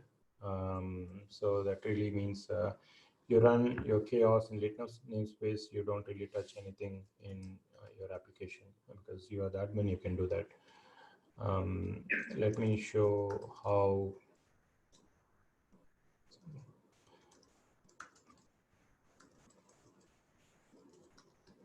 Litmus looks like. So Litmus namespace is a little bit more filled here. That's because you have your basic operator that runs. It's been running for a couple of days now, and you also have your portal, right? These are the portal front end, and you have your event router to take your chaos events and push them to a common place, or at least give your events whenever somebody requests. And you also have chaos monitoring to push your chaos metrics to your monitoring system. And then you have your workflows that are run by Argo, and you can see that these are executing some CPU hog and memory hog. On memory hog is being done by orders, CPU hog is being done by catalog, right? So this is what's happening. And let me show the monitoring. The monitoring is, I have a Prometheus service and a Grafana service running. And finally, Argo. Right. So it's a monitoring system as well as your workflow automation and chaos in an application. So that's what we have, and I can actually show this. So this is the Litmus portal that is running. It's not ready, but I'm just going to give a little bit of idea of where this is going to be. Maybe you can just,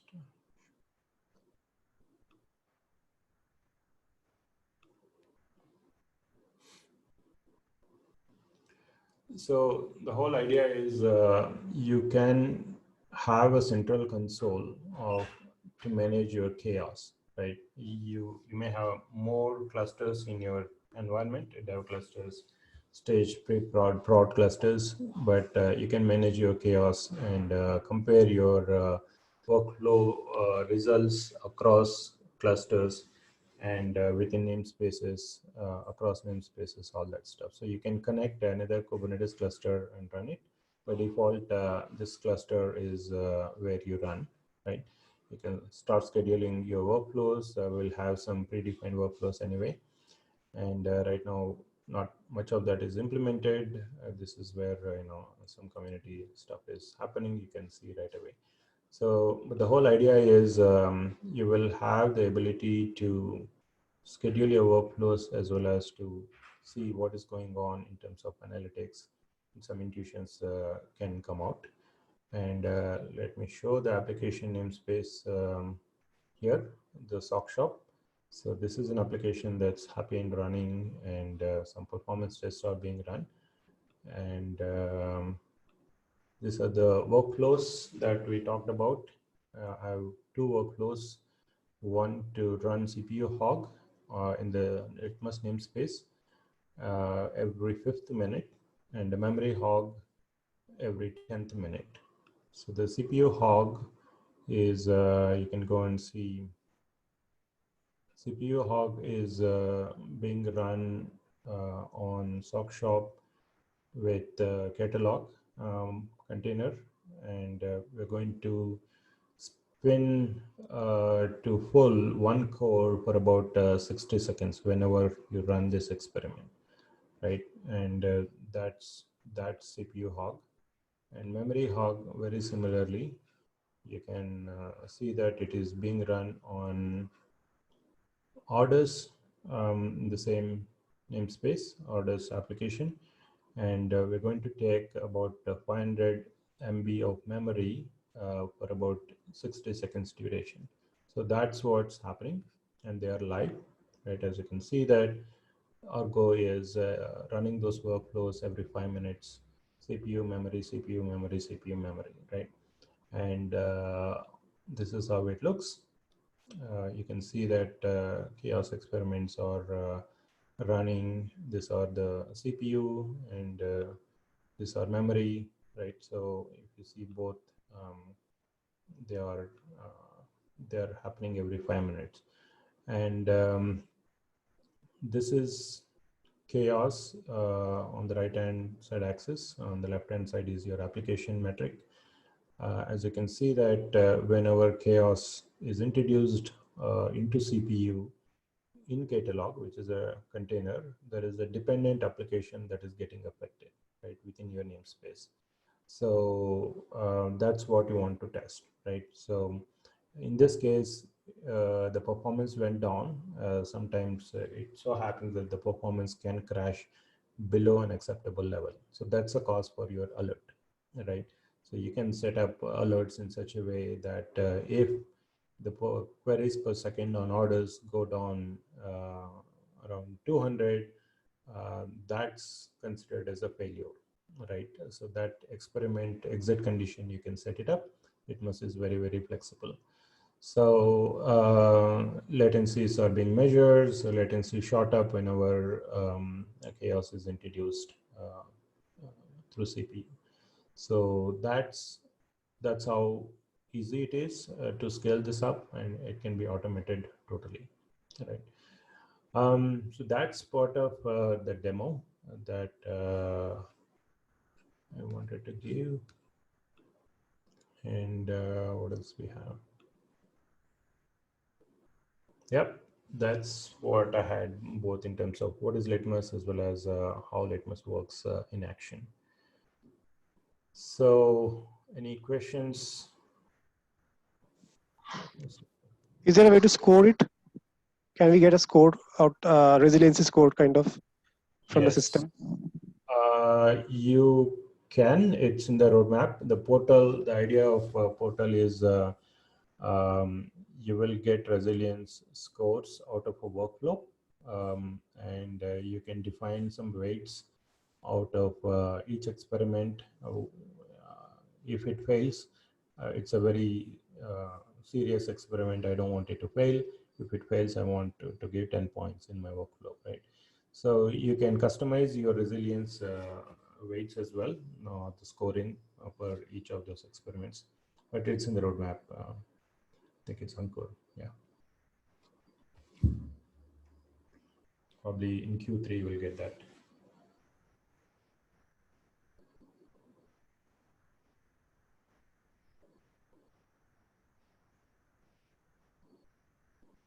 All right. So with that, I will hand it over back to Karthik, and we can probably take some break if you want, or it's up to Karthik how he wants to handle it. Thank you, everyone.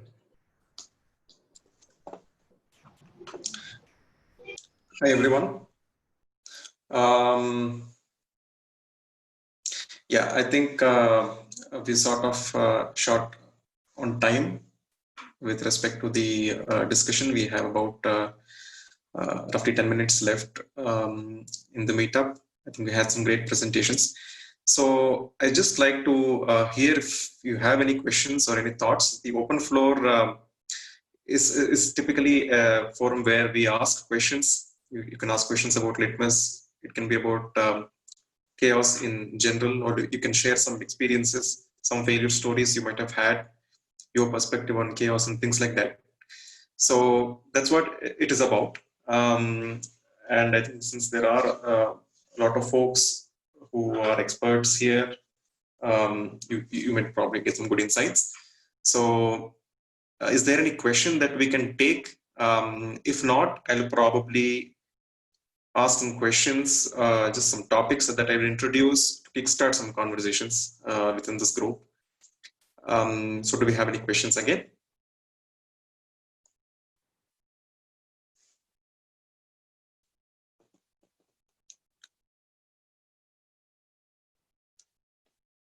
All right.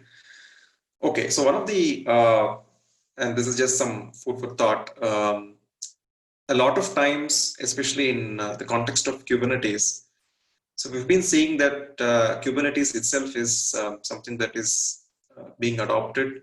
I won't call it nascent, definitely. It's the de facto platform for container orchestration. But a lot of organizations are starting their Kubernetes adoption journey recently, right?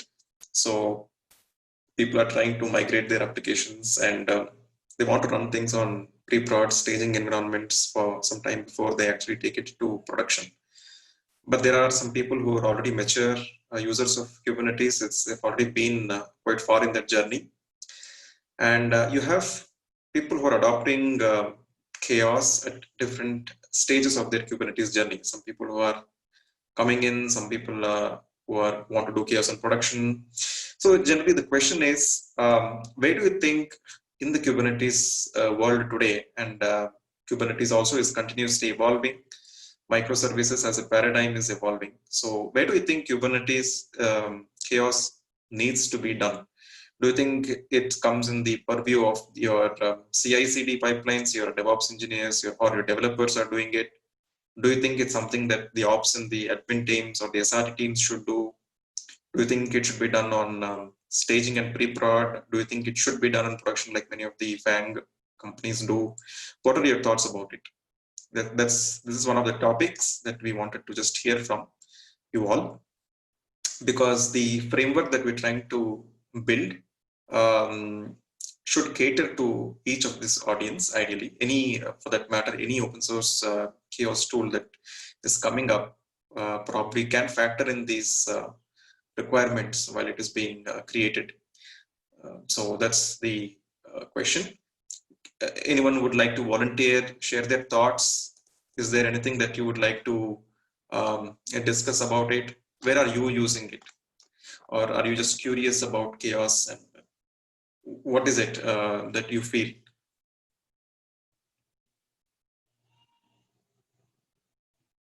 Anyone would like to share your thoughts about that? So this is probably something that is worth polling. Probably we can send out a Twitter poll for this, ask people where they see chaos fit best. There are some integrations within Litmus that we've built for CI. For example, there are some users who are doing chaos engineering on GitLab pipelines. There are people who are trying to introduce chaos as part of some GitHub actions, GitHub workflows. And we are supporting some GitLab remote templates as well as chaos actions. So you can go to GitHub Marketplace and look for chaos actions.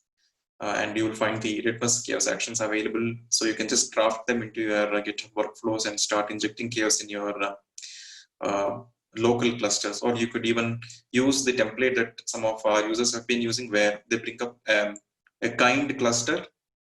You know that kind is Kubernetes in Docker. It's something that's very lightweight, and you can actually run it on a VM or the default runners that the GitHub provides you. So you can actually create a kind cluster, deploy the application that we just built using the image that we just built. And then you can run some tests using the GitHub chaos actions and see how stable it is before you push it out. There are some people who are using Litmus Chaos with Spinnaker, and then you already saw the demo where the Sumit's demo where you have Jenkins pipelines that are actually running chaos. So this is one aspect of it. So because Kubernetes chaos is done in a cloud native way, or you can say a custom resource driven way, rather, it lends itself to this model where you can build some kind of abstractions over the custom resources themselves. You can create actions, remote templates, and Jenkins files and whatnot. So that's one thing. But on the other hand, you looked at the portal that Uma just introduced, and you also looked at the other components that we're trying to fit into Litmus, like the event router and the chaos monitor, etc. So traditionally, when you look at chaos being in the purview of the SREs, so even, and I think they are the dominant users of chaos today, Litmus also works very well there. I think chaos generally, I think to a large extent, is still being done by SREs, not so much in production yet, except for some of the organizations who have very, very mature chaos practices. Elsewhere, it is still on pre-prod and staging. So yeah, so that's about how a framework should ideally adapt itself. I think we're also trying to build more perspectives into Litmus. I think the way the framework itself is constructed, we're trying to take more feedback from the community on what they would like to see in terms of how they would like to get it integrated with CI pipelines, or what aids them when somebody from an admin persona does it. So all that is being considered. So that's one of the things I just wanted to share. Is there any questions that you have around any experiments? Is there any, for example, last open floor discussion that we had, and this is a really fertile ground for and really inspiring place for new ideas and new experiments. I think Balakrishna, one of our users from last time, had reported certain inconsistencies in his QVDM based clusters, and he was seeing basically nodes getting into not ready state, and wanted a way to simulate that without having to actually kill the VMs themselves. You saw a demo earlier today where EC2 instances are being terminated. You might want to do that, but in a different way. You don't really want to terminate an instance, but you want to push it out of the cluster for some time and then bring it back, etc. So we've introduced experiments to do that. Kubelet service kill is one of the experiments that will actually crash the kubelet service, and then it will hold it that way for a defined chaos duration and see what happens to your application, whether the reschedules are happening, whether your services are still online. And there's also a Docker service kill. I think both behave differently. There are some minutiae in their behavior when your kubelet goes down, but your container service is still alive. and on the other hand, your kubelet is running, but your Docker is gone down. So these kind of situations are really important to test. Has anyone of you faced some situation like that? Node going to not ready state, or DNS service not being accessible, all pods getting evicted suddenly, your resource utilization shooting up, causing your applications to go down. Is there any such story, a failure story you might want to share? I'm pretty sure DNS issues keep coming in production environments and then. Right. That's one of the painful areas, yes. You just brought up one important thing, right? So this OpenFlow discussion we started doing last meetup, right? So yeah, it was Bala and a few others who really shared their experience on how they do, and they had a problem in kubelet going down, right, Karthik? Yeah. And this meetup, you have an experiment that you can use to actually simulate it, right? So that's how it really evolved. So yeah, it's about this being a platform where you can share your experience, folks. So feel free to do that. You can talk about any topic that's related to chaos engineering.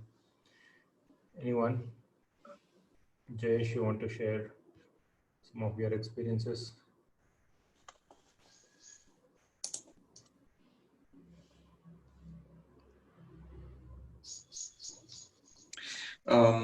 I see Vino in the participants. Hi Vino, happy to have you.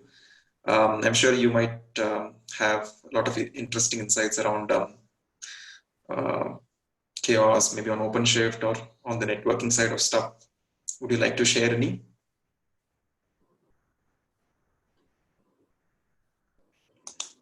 This been a long 2 hours today. Probably next time we'll try to keep one topic and invite some specific topics. So last meetup, this was one of the very important fruitful exercises, we say.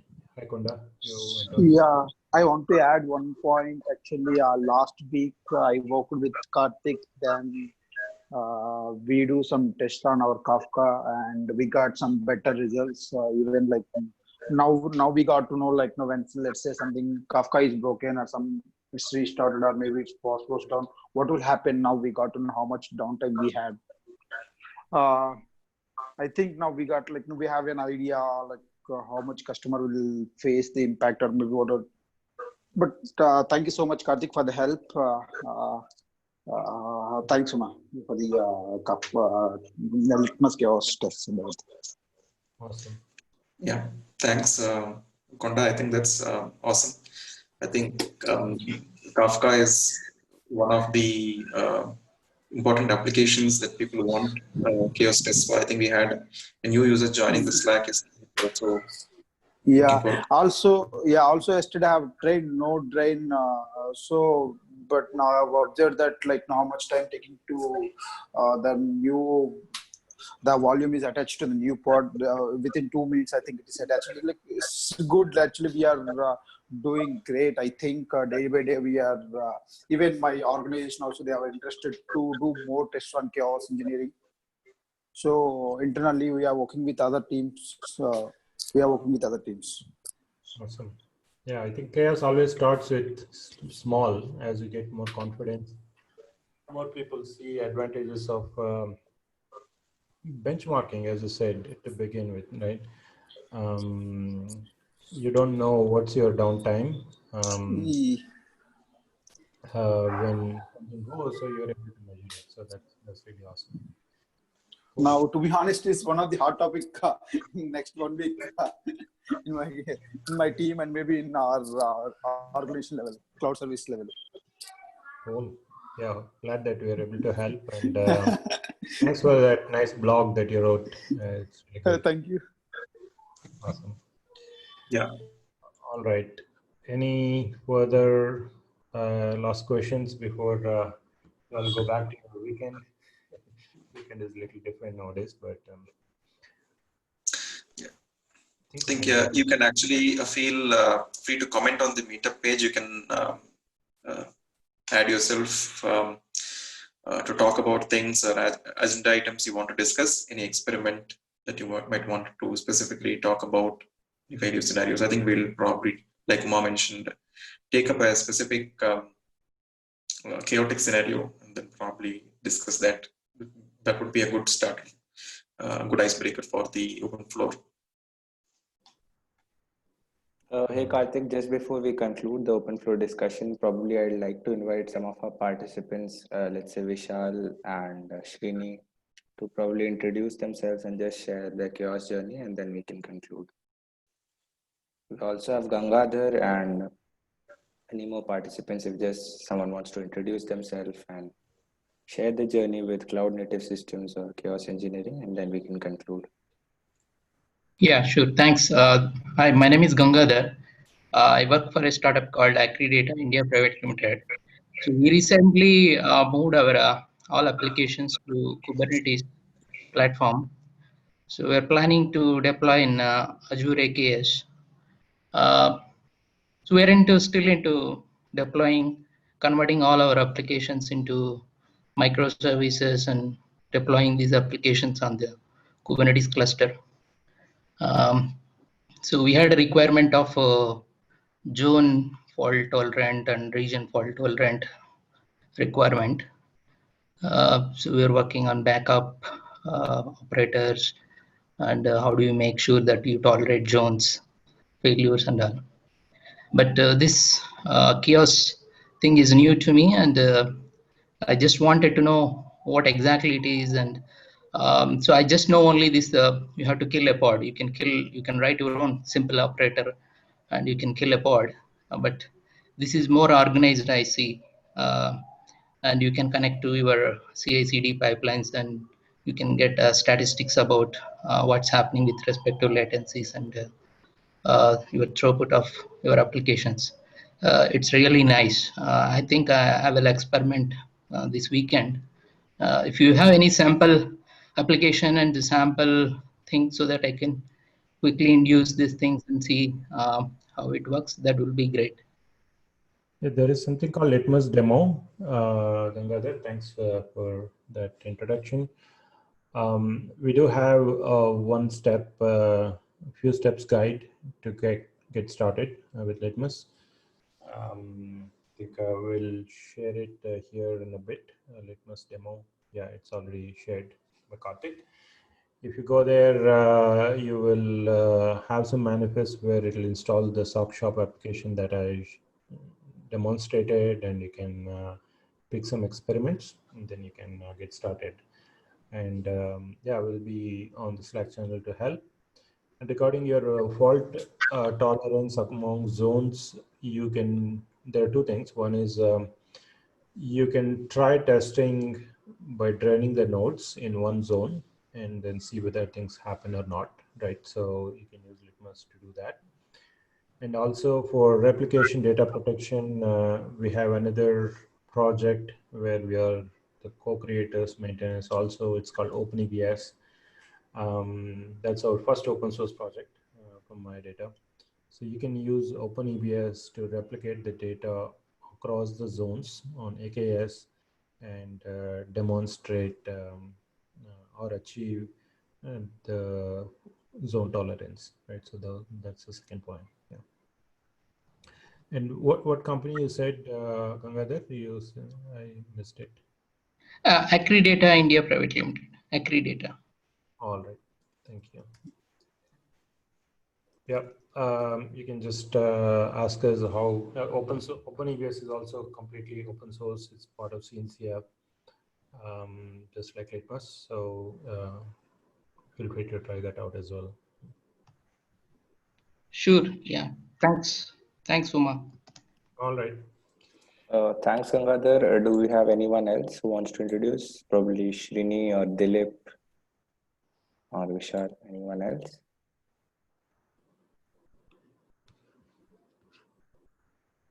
Okay, thanks, guys. It was a great experience with you all.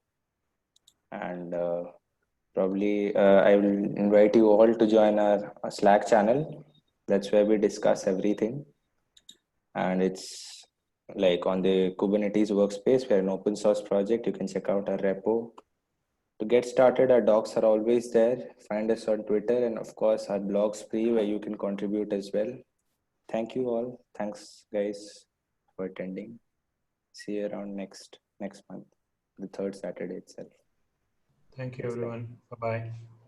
Yeah, thanks Karthik and thanks Uma. Bye. Thank you. Bye.